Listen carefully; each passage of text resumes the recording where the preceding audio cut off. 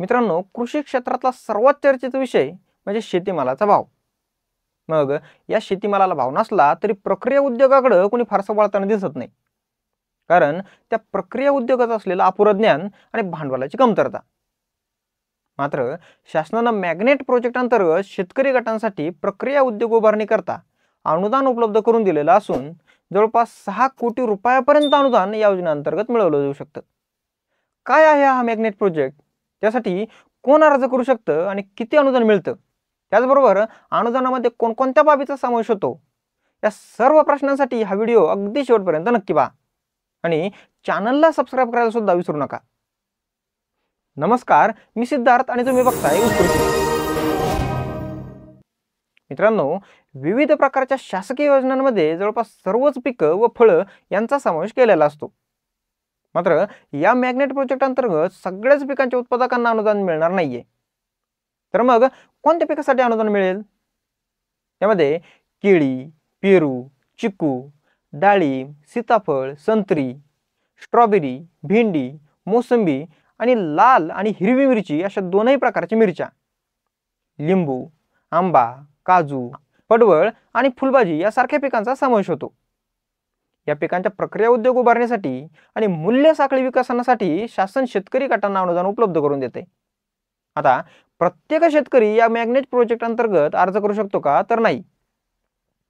या magnet project अंतर्गत अर्ज करायचा असेल तर त्यासाठी अर्ज करता हा एकतर एफपीओ म्हणजे फार्मर प्रोड्युसर ऑर्गनायझेशन, शेतकरी गट, आत्मा अंतर्गत स्थापन झालेले शेतकरी सहकारी गट, CMRCS किंवा MSRLM अंतर्गत नोंदणीकृत शेतकरी गट अथवा शेतकरी उत्पादक कंपन्यांची फेडरेशन यापैकी कोणीही या मॅग्नेट प्रोजेक्ट अंतर्गत प्रक्रिया उद्योग उभारणी करता अनुदानास अर्ज करू शकतो.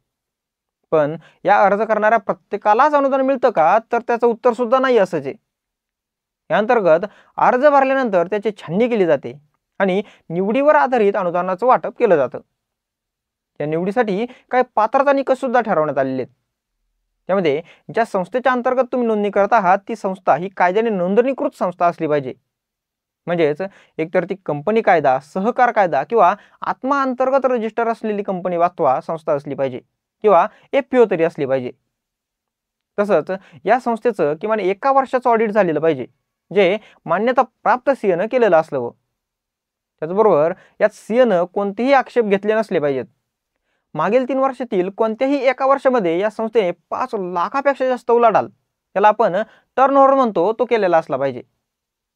तसंच मागच्या 3 वर्षातील कोणत्याही 1 वर्षी जर हा टर्नओव्हर जर 5 लाखांच्या वर गेला नसेल तर अशी संस्था छाननी प्रक्रियेतून बाद केली जात असते. या संस्थेच्या सदस्य संख्येचा देखील फार मोठा रोल पात्रता निकषामध्ये. अंतर्गत या संस्थेचे किमान 250 सदस्य असले पाहिजेत. शिवाय हे सदस्य फक्त नावाला नको, तर तुम्ही ज्या पिकाच्या अंतर्गत नोंदणी करत आहात त्या पिकाचे उत्पादन करणारे शेतकरी या सदस्यापैकी कमीत कमी 60% असले पाहिजेत. म्हणजे जर तुमच्या संस्थेमध्ये 300 सदस्य असतील आणि तुम्ही केळी या पिकाच्या अंतर्गत प्रक्रिया उद्योगासाठी नोंदणी केली असेल तर केळी उत्पादन करणारे शेतकरी कमीत कमी 180 किंवा त्यापेक्षा जास्तच असले पाहिजेत. शिवाय संस्थेने जर मागच्या 5 वर्षात कर्ज घेतलं असेल तर कर्ज देणाऱ्या संस्थेने किंवा बँकेने संस्थेवर NPA म्हणजे नॉन परफॉर्मिंग असेटचा शिक्का मारलेला नसावा. म्हणजेच थोडक्यात संस्थेचं कोणतेही बुडीत कर्ज कोणत्याच वित्तीय संस्थेकडे थकीत नसलं पाहिजे. आणि सगळ्यात महत्त्वाची बाब म्हणजे फक्त शासनाच्या मदतीवर अवलंबून नको किंवा उरलेल्या 40% रकमेला कर्जावर अवलंबून नको, तर संस्थेचे स्वतःचे 20% भागभांडवल असलेच पाहिजे.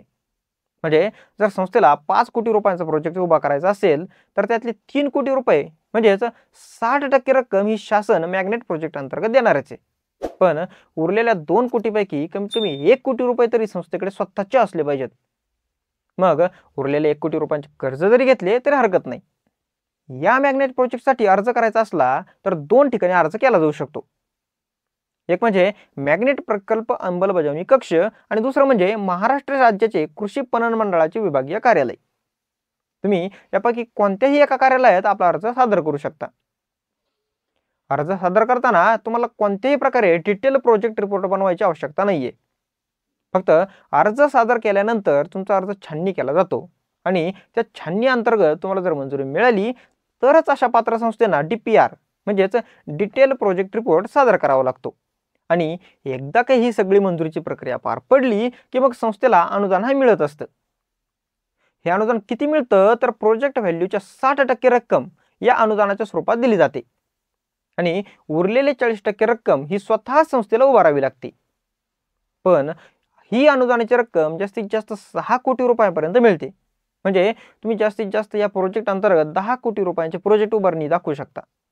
यानंतर महत्त्वाची गोष्ट म्हणजे हे अनुदान तुम्हाला टप्प्याटप्प्याने मिळणार आहे. म्हणजेच पहिल्या टप्प्यात सुरुवातीला 25% अनुदान प्राप्त होईल, दुसऱ्या टप्प्यात 40%, तर तिसऱ्या टप्प्यात 35% अनुदान दिलं जाईल. अनुदान मिळवताना तुम्ही जेव्हा डिटेल प्रोजेक्ट रिपोर्ट तयार कराल तेव्हा काही गोष्टीचं भान ठेवणं महत्त्वाचं असतं. कारण या अंतर्गत सगळ्याच घटकांसाठी किंवा बाबींसाठी अनुदान दिलं जात नाही किंवा त्यासाठी ते गृहीत सुद्धा धरलं जात नाही. तर कोणकोणत्या बाबी या अनुदानासाठी गृहीत धरल्या जातात ते म्हणजे कोणत्याही प्रकारचे टेक्निकल सिव्हिल काम, म्हणजेच तुम्हाला बिल्डिंग बांधायची असो किंवा मशिनरी उभारण्यासाठी काही सिव्हिल काम करायचे असो, हा घटक अनुदानामध्ये गृहीत धरला जातो. त्याचबरोबर पॅक हाऊस तयार करणं, कोल्ड स्टोरेज उभारणं, रायपनिंग चेंबर तयार करणं, फ्रोझन स्टोअर तयार करणं, टेस्टिंग लॅब तयार करणं इत्यादी घटक या अनुदानाच्या अंतर्गत गृहीत धरले जात असतात. त्याचबरोबर इलेक्ट्रिफिकेशन करण्याबरोबरच प्री ऑपरेटिव्ह एक्सपेन्सेसमध्ये 5% किंवा जास्तीत जास्त 20 लाख रुपये रक्कम दिली जात असते. पण काही घटक किंवा बाबी अशा असतात यासाठी अनुदान गृहीत धरलं जातच नाही. त्यामध्ये तुमच्या प्रक्रिया युनिटला केलेले कंपाऊंड, तुमच्या युनिटमधील अंतर्गत रस्ते किंवा दिवाबत्ती किंवा वाहन खरेदी यासाठी अनुदान दिलं जात नाही.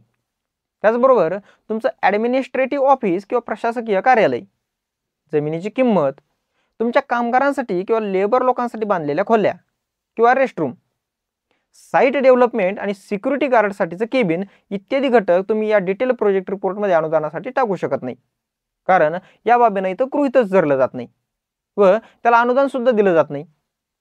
आता तुम्हाला प्रश्न पडला असेल की प्रक्रिया युनिटमध्ये मी कोणकोणत्या बाबीसाठी अनुदान मिळवू शकतो आणि ते किती मिळतं. तर तुम्हाला सोलार आधारित कोल्ड स्टोरेज उभा करायचा असेल तर 10 टनापर्यंतच्या क्षमतेसाठी 1.68 लाख प्रति टन एवढं अनुदान दिलं जात असतं. त्याचबरोबर बायोमास आधारित कोल्ड स्टोरेज असेल तर हीच मर्यादा 15 टनापर्यंत आहे आणि त्यासाठी 8.96 लाख प्रति टन इतकं अनुदान दिलं जात असतं. बाष्पावर आधारित कोल्ड स्टोरेजसाठी 100 किलोचीच मर्यादा ठेवण्यात आलेली असून त्यासाठी 25,426 रुपये प्रति युनिट इतकं अनुदान दिलं जातं. त्याचबरोबर रिचार्जेबल रिफर कंटेनर जे ट्रकसाठी असतं त्यासाठी 10 फुटाच्या क्षमतेसाठी 3.85 लाख, तर 20 फुटाच्या क्षमतेसाठी 6.32 लाख इतकी रक्कम अनुदानाच्या स्वरूपात दिली जात असते. त्याचबरोबर सोलार कंडक्शन ड्रायरसाठी जर तुम्ही 64 स्क्वेअर फूट क्षमतेचं युनिट बनवणार असाल तर 28,980 रुपये, तर 96 स्क्वेअर फूट युनिटसाठी 43,470 रुपये इतकी अनुदानाची रक्कम दिली जात असते. ऑप्टिकल ग्रेडरसाठी 5 ते 7 MTH क्षमतेच्या युनिटला 72.46 लाख रुपये इतकं अनुदान दिलं जातं. आजकाल विविध शेतकरी उत्पादक कंपन्या किंवा शेतकरी गट माती परीक्षण आणि ड्रोनने स्प्रे फवारणी सेवा पुरवत असतात. यातल्या माती परीक्षणाचा पोर्टेबल सॉइल टेस्टिंग संच जर घ्यायचा असेल तर त्यासाठी प्रति युनिट 27,000 रुपये, तर स्प्रे ड्रोनसाठी प्रति युनिट 6 लाख रुपये इतकं अनुदान या मॅग्नेट प्रोजेक्ट अंतर्गत दिलं जात असतं. तसंच शेतकरी उत्पादक संस्थांना त्यांचे व्यवस्थापन करण्याकरता कोणत्याही सॉफ्टवेअरची जर गरज असेल तर त्यासाठी सुद्धा 2.70 लाख रुपये इतकं अनुदान प्राप्त केलं जाऊ शकतं. उपग्रह आधारित कृषी सल्ल्याच्या युनिटसाठी 1.80 लाख, तर IoT आधारित कृषी सल्ल्याच्या युनिटसाठी 25 डिव्हाइसच्या संचाला 7.20 लाख, तर 50 डिव्हाइसच्या संचाला 13.50 लाख इतकं अनुदान दिलं जात असतं. मित्रांनो, एकट्या दुकट्या शेतकऱ्यांसाठी ही मॅग्नेट योजना किंवा प्रकल्प जरी नसला तरी देखील एकत्र येऊन अशा प्रकारचे प्रक्रिया संच उभारले जाऊ शकतात. त्या अंतर्गत गाव पातळीवर उद्योग विकास होण्याबरोबरच मोठ्या प्रमाणावर रोजगार निर्मिती सुद्धा होईल, ज्याचा अप्रत्यक्ष फायदा अनेक शेतकऱ्यांना होईल. तसंच शेतीमालाच्या नेहमी पडणाऱ्या भावावर देखील एक रामबाण सोल्युशन काढता येईल. त्याचबरोबर एखाद्या विशिष्ट भागामध्ये विशिष्ट प्रकारच्या पिकाचा विकास व्हायला सुद्धा मदत मिळेल, ज्यामुळे आपोआपच शेती समृद्ध होईल. मित्रांनो, या मॅग्नेट प्रोजेक्ट अंतर्गत तुम्हाला जर काही अधिकची माहिती हवी असेल तर तुम्हाला magnetadb.com या वेबसाईटवर जायचं आहे, जिथे तुम्हाला याबद्दल सखोल माहिती मिळेल। तसंच या मॅग्नेट प्रोजेक्ट अंतर्गत आणखी काही माहिती हवी असेल तर कमेंट सेक्शनमध्ये देखील तुम्ही ही माहिती विचारू शकता। हा व्हिडिओ आवडला असेल तर लाईक, शेअर व सबस्क्राईब करा। भेटूया पुढच्या व्हिडिओ, तोपर्यंत जय जवान जय किसान।